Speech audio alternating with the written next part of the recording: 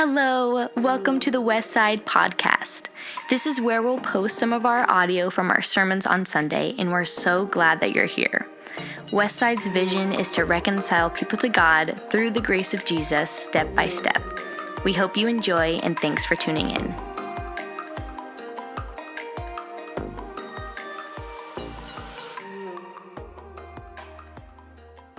So the past 2 weeks we have been in Ruth. Those first 2 Sundays, Joshua has kind of gone into the context of Ruth, kind of the history, what Ruth in that time period was looking like. We went through talking about Judges, Joshua and Judges, and what was kind of going on, what's important to know going into the story of Ruth. So I'm gonna, if you weren't here for those 2 Sundays, no problem. But if anything that I say today sounds a little confusing or you're not quite sure why I said what I said, go back to those 2 Sundays and that's going to really help you kind of keep up with what is going on. But I'll give you a short overview. I'll be nice and I'll give you a short overview of what we've learned so far. So we have the days of the Judges. That's where Judges ends and Ruth begins. The end of Judges, that last verse there. So that was described as a time where everyone did as they saw fit. And I'm sure you can imagine with just that sentence alone that wasn't like an awesome thing that was happening, right? Where everyone did as they saw fit, that doesn't sound like a great time to be alive, right? Things are happening, people are making decisions that seem right to them but are probably hurting each other. Not an awesome time. In Day of Judges, that means that the judges were ruling, there were no kings. And again, if we were back in Bible times, they would be hearing that and being like, ooh, yeah, that was not an awesome time. Another cultural context that is important to know is the importance of the patriarch. If you hear that word and you cringe a little bit, or maybe that you hear that word and it's totally fine, but if we hear that and we have to remember that in the time that we are now, the patriarch was essential for especially women and children's ability to live, their ability to have land. The Bet Av is the head, the male head of the patriarch, and it is his duty to have full responsibility over his family and his people's land, food, shelter, etc. So if you weren't part of that, it was very detrimental to your ability to live. So again, that looks a little bit different now, right? But we have to remember how important that is for this story. There also was a famine in the land of Bethlehem in Judah, and that's where we see Elimelech and Naomi. They are living there right now. There's a famine, and they have to Elimelech has to make the probably a very hard, difficult decision on what to do and how to supply and take responsibility for his family. And so what made sense to Elimelech at the time, which was questionable, because the Lord had just brought the Israelites and the Jewish people out of a time of suffering into the land of Judah. So they went back to Moab, back somewhere that the Lord had delivered them from. So again, that's a questionable decision, but Elimelech is between a rock and a hard place, as they say, trying to figure out what is best for the family while there's a famine in the land. So they went back to Moab. So we're going to be focusing in on Naomi and Ruth for today. Naomi's husband died while they were in Moab. Her 2 sons married Moabite women, which is great. She was able to have more family. She had her sons.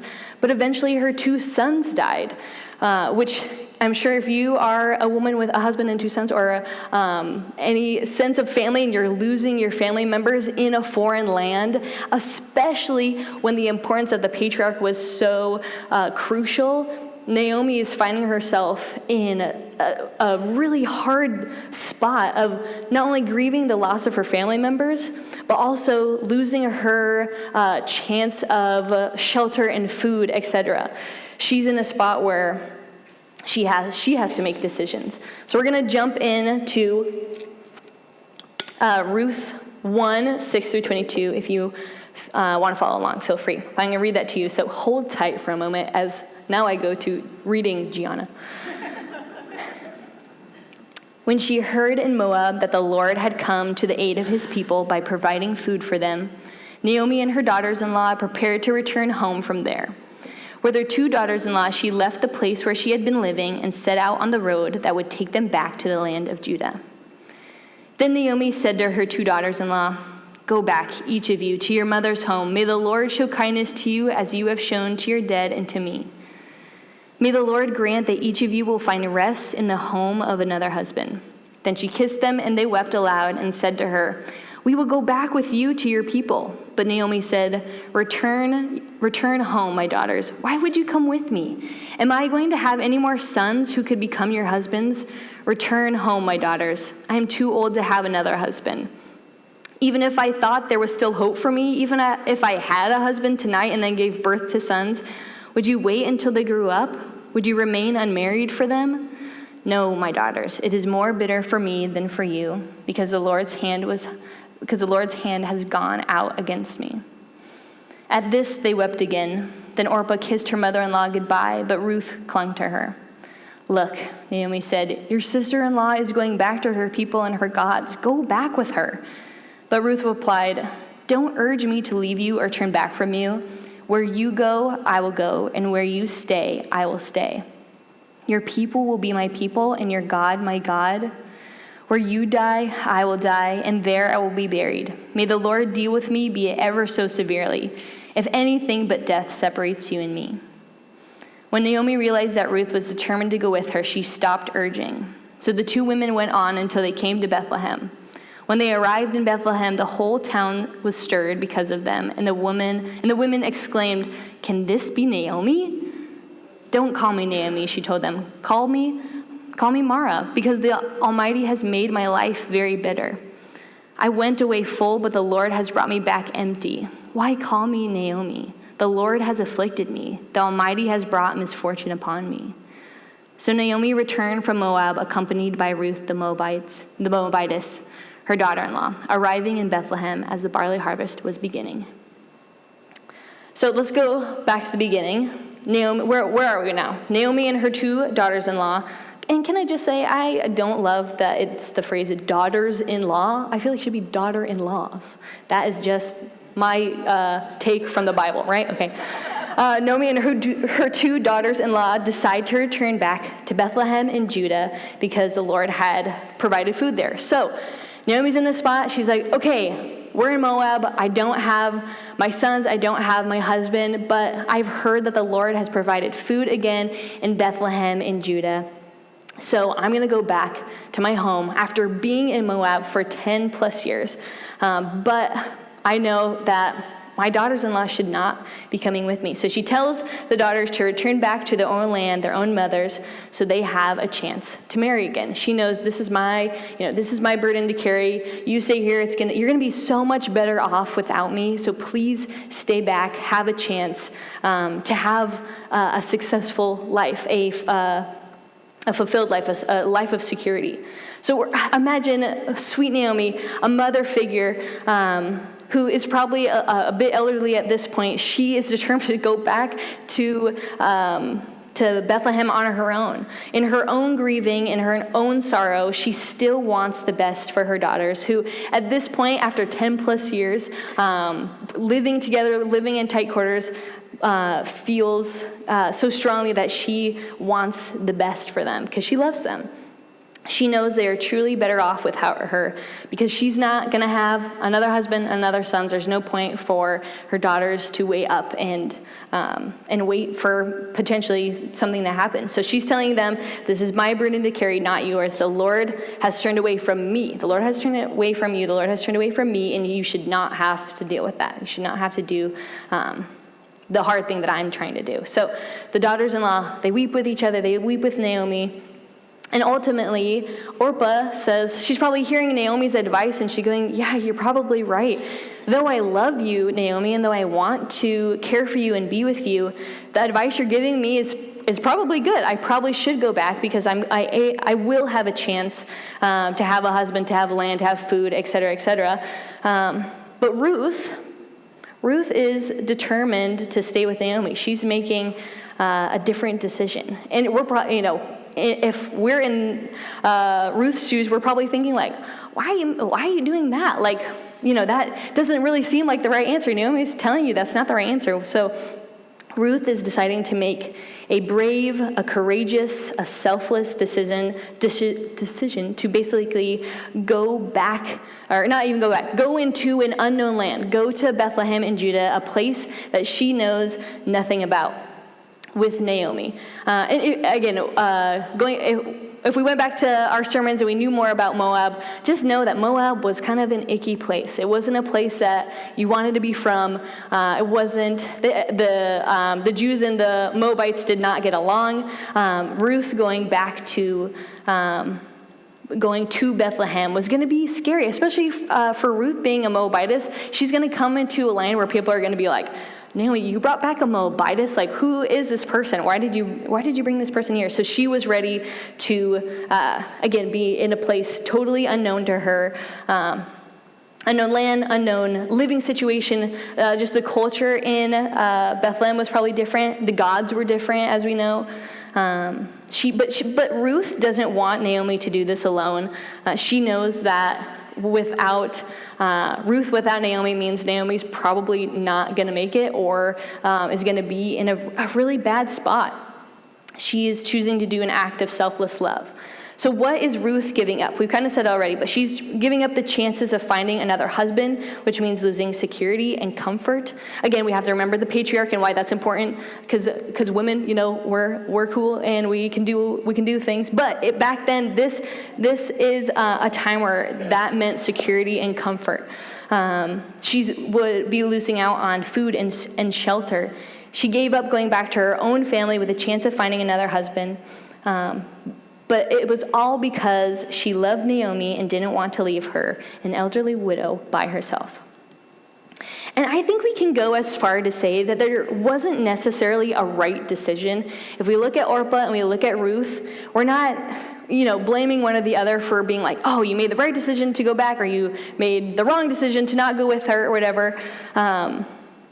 If we look at Orpah, again, we can see that what she did was rational. The decision that she made was rational, right? Because could you blame Orpah? Could you blame I don't know what I would do. Could you blame her? Absolutely not. Naomi was telling them that they should do that. So if authority figure is telling you to do something, you're going to do it. But I don't think Orpah, again, made the wrong decision. It's that Ruth made the courageous decision, the selfless decision, the brave decision. Do you ever look back at a decision that you've made that maybe felt small, insignificant in the moment, but eventually you realize that small decision that was the decision that changed everything for you? Does that sound familiar? Is there any small decision that you're like, man, if I didn't say yes to this, if I didn't say no to this, my life would look completely different? I wonder if Ruth had any clue that this decision to stay with Naomi would eventually get her in the genealogy of Jesus, right? That's a big deal from one decision. Again, it wasn't that she made the right decision, she made the courageous, extraordinary one. And what we see in Ruth is a common theme throughout the Bible. The example of God's promise to the world is best exemplified not in the chosen people of Israel, but in the most unlikely person from a foreign country like Ruth. And we'll see God's promise fulfilled later on in this story. I'm going to be talking a lot about God's promise and God's redemption. We haven't gotten there yet. If you know the book of Ruth, you know what I'm talking about. But that's the point, to keep you on your toes, keep a cliffhanger for you. So we'll get to the good part. Okay, this is a side tangent. Sorry, side tangent again. But you know the song by Chris Tomlin, "Where you go, I'll go. Where you stay, I'll stay." Yeah, right? Yes. I know that song. I don't know if you know that song. I didn't realize that it was from this passage in Ruth. I always I always see it on even people's walls. Honestly, it might be on my parents' home wall back home. Which, no hate, those are lovely, lovely quotes. And yes, there is some connection between our relationship in Jesus and how those two go together. But again, Chris Tomlin, did you know that came from Ruth? That came from Ruth's story of going with Naomi, which I just think is so beautiful. So that goes into the rest of that verse. Where you go, I'll go. Where you stay, I'll stay. And she also says, your people will be my people. Your God will be my God. When we were meeting on Tuesday night, talking more about Ruth, we kind of got on this subject, wondering what Ruth's relationship with Naomi's God was like at that point. Did she have a relationship with Naomi's God? Obviously, it was the Moabites' God was different than the God that Naomi was following. So what was her relationship with Naomi's God like? Did she have some sort of encounter that kind of helped her decision? Or was she kind of going blindly and was like, well, I know Naomi's God is probably it's probably good, or it seems good, or, maybe I have no idea, but I'm going to go all in. I'm going to go with you back to the land, and your God will be my God because I trust you and I love you. It's super interesting. I wonder where Ruth's relationship with God was like. Okay, now side tangents aside, now we're on to funny jokes. I know we as a society always like to make jokes about not loving our in-laws, and funny enough, my in-laws are in the building. Woo! And I get to make those jokes because I do love my in-laws, so it works out very nicely. And if you notice, the lovely, lovely lady who is behind here playing the piano so beautifully, that is my mother-in-law, Carrie. She did a fabulous job. Thank you. But all that to say, you wonder, again, the relationship that Ruth and Naomi had. Naomi was Ruth's mother-in-law. Again, they had probably lived together 10 plus years, tight quarters, again, as we know. But they must have created some very tight bond, some beautiful bond between each other for Ruth to make that decision. But she knew deciding to go into the unknown for the sake of Naomi was worth it. So Naomi didn't have to face rebuilding her life alone, right? Because Naomi had to go back to Bethlehem, face everyone, and somehow rebuild a life for herself. Okay, before we get on into verses 19 through 21, quick, think of a place that you've been to that is kind of icky, kind of smelly, they don't really like to go to, but you've been there, and it's not a fun place to be. Keep that in the back of your mind. So Ruth and Naomi return to Bethlehem, and everyone is surprised to see them.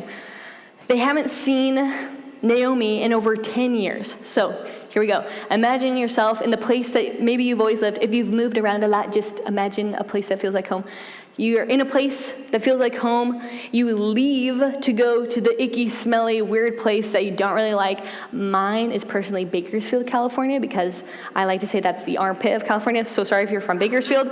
I did not live too far from Bakersfield, and I did not like to go there and play soccer because it smelled like cow poop and it was really hot. So my Moab is Bakersfield. So Gianna, living in Simi Valley, leaves to go live in Bakersfield for 10 years because I was desperate for food, I was desperate for a job, desperate for these things, and now all my family has died, and I've decided to return back to Simi Valley. What do you think the people in Simi Valley are going to think of me? Not too good things. They're looking at Naomi and going, Naomi, is that you? It's been 10 years. What have you been up to? What are you doing? And all that, and you brought back a Moabitess? Don't you know what they say about people like her? What are you doing? And again, the fact that her family's not with her, she's lost her husband, her sons. Crazy. And again, what a terrible feeling that would be for poor Naomi. Everyone is looking at her kind of like, God literally said to stay in Judah, and you left, and now your loved ones are dead, and you brought back a Moabitess with you. So what do you think was going to happen, kind of thing? So a lot of judgment was probably being felt, and we see the anger and the angst that Naomi is dealing with. But through all that, Naomi is still a great example on how we navigate suffering and bitterness in the midst of our faith. Again, and we see in the verses, Naomi is real, she's raw, she's honest with her emotions. What has she lost? So much. She's not only lost her husband, her sons, she's lost her security, her possessions, her status, her reputation, and even her closeness with God. I think we can say she hasn't lost her faith, but she's lost her closeness with God. She even says, don't call me Naomi. Naomi means pleasant, joy, delight.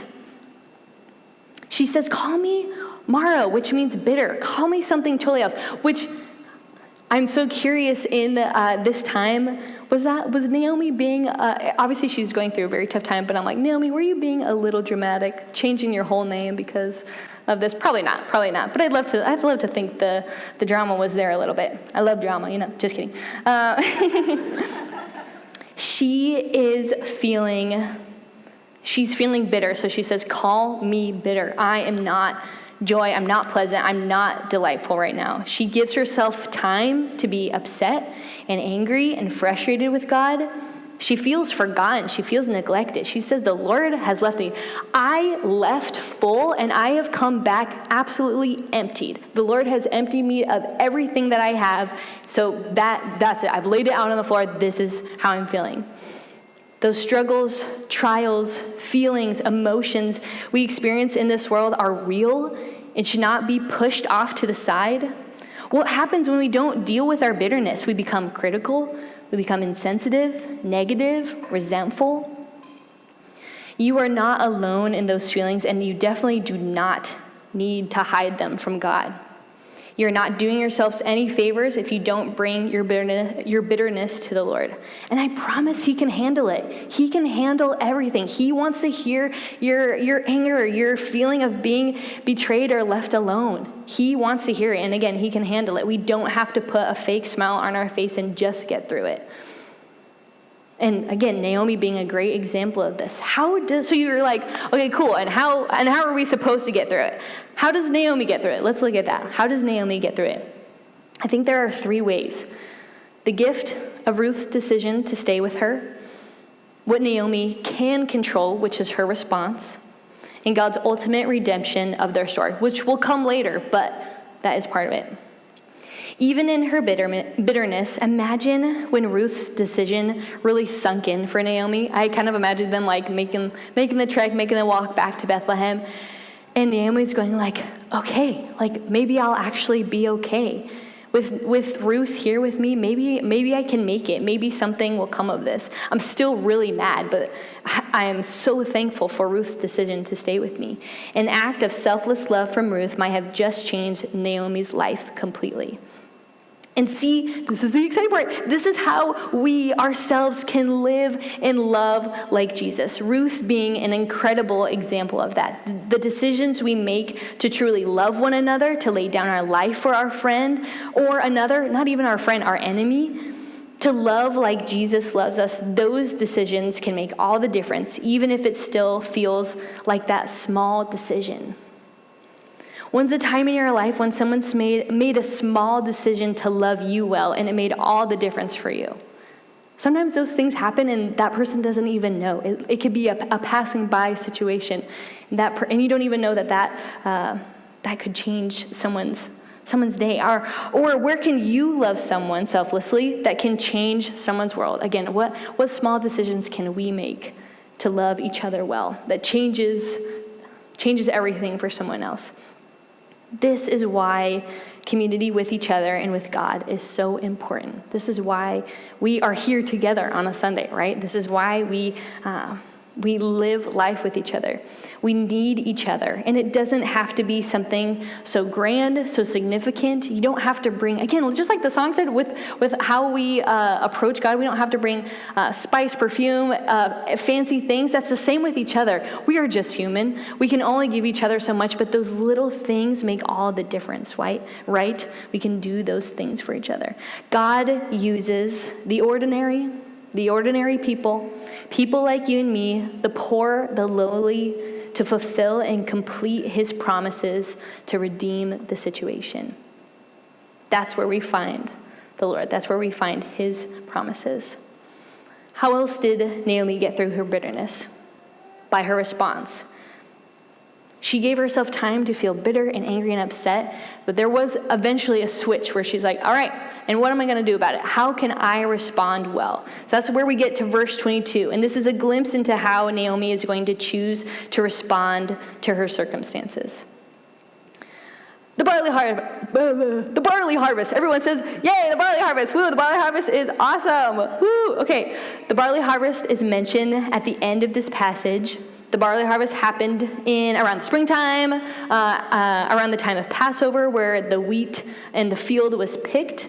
The barley harvest represents and symbolizes hope and provision and redemption for Ruth and Naomi. Why? Because, I'm sure we can put the pieces together, during the barley harvest, whoever owned the land, so Naomi and Ruth do not own any land because they do not have a be'av who is taking care of them. Whoever owned the land, other people, it was practiced to leave leftover wheat in the corners and the edges of the field for widows and the poor to glean. So that was called gleaning, which I think is such a beautiful thing that they left wheat for them. This is just the beginning of the story too, but the barley harvest is the backdrop of what is about to happen for Ruth and Naomi's story. Instead of continuing to mope and pout, Naomi sees what is ahead of them, which is the barley harvest. Barley harvest. That's so hard to say. I'm having a rough time. The barley harvest. And I'm sure Naomi begins to see hope and light at the end of this dark tunnel that she has been living in, this mess. She knows that the barley harvest means they will have food. She knows her relative Boaz could have some sort of significance in all this mess. She kind of remembers, oh yeah, my relative Boaz owns land in Bethlehem, and maybe we could get some wheat from him. That's an idea. I think that's a lesson we can learn from too. We are not promised comfort and ease in this life. You know, I'm going to tell you something silly. Sorry, I'm all about silly and fun things. We're not promised comfort and ease in this life, which can mean the worst of the worst, worse of the worst, and death and loss, sickness, those things that are truly the hardest things in our life. But also, if we're looking over here, those little comforts too, right? Those are the hard ones sometimes to let go of. Sometimes even hard to let go of those small comforts. I did not sleep very well last night, and I was so mad, and I woke up and I was like, this is stupid. I want to preach well, so with good sleep that would help me, which that's not the point. But I took a moment and I was like, oh, shoot. I did say in my sermon, we are not promised and comfort and ease in this life. And so that was a little reminder for me of like, oh, okay, that's a good night of sleep, not promised. And that doesn't mean anything is bad. That is just life. But again, whether it's the horrible, terrible things or those minor discomforts in our world, it is so important to remember that we are not promised comfort and ease in this life. We don't have control over those bad things, but we do have control over how we respond to them. Though Naomi was bitter and grieving, she did something about it. Though she was mad and angry with God, she did not lose her faith. She did something about it and chose to look ahead, look up, look forward, and do something to change it. So I'm going to leave you with a bit of a cliffhanger here. The barley harvest, I'll get there someday. The barley harvest and Boaz, those are the things you get to look forward to in the next sermons to come. That's what you get to look forward to. Band, you can come on up and get set as I wrap us up here. But you guys, this story continues to unravel how the Lord can take something so hard, so difficult to get through, difficult to understand, and uses it for pure redemption and uses ordinary people to make it happen. Again, come back so you can hear the full story, the full circle of what is going to happen. And why are we talking about this story? I know Joshua has mentioned this a few times, but why are we talking about this? Why is this so significant? Because the redemption story of Naomi and Ruth, that can be true for us today too. Let this be a story you can relate to. Let it be a story you can take away feeling hopeful for your future. If God's redemption and hope happened through a Moabitess like Ruth and a grieving Naomi, it can happen through you too. It can happen through us. It can happen through each other. It can happen through others. It can happen through you. Thanks so much for tuning in, and we hope the sermon inspired you in one way or another. If you'd like to stay connected with us, feel free to hit the Contact Us button on our website. Let us know who you are and send us any questions or prayer requests you may have. Or visit us in person at Prairie Mountain School in Eugene, Oregon at 10 a.m. on Sundays. Follow us on Facebook or Instagram to stay updated on all things Westside. We'll see you next time.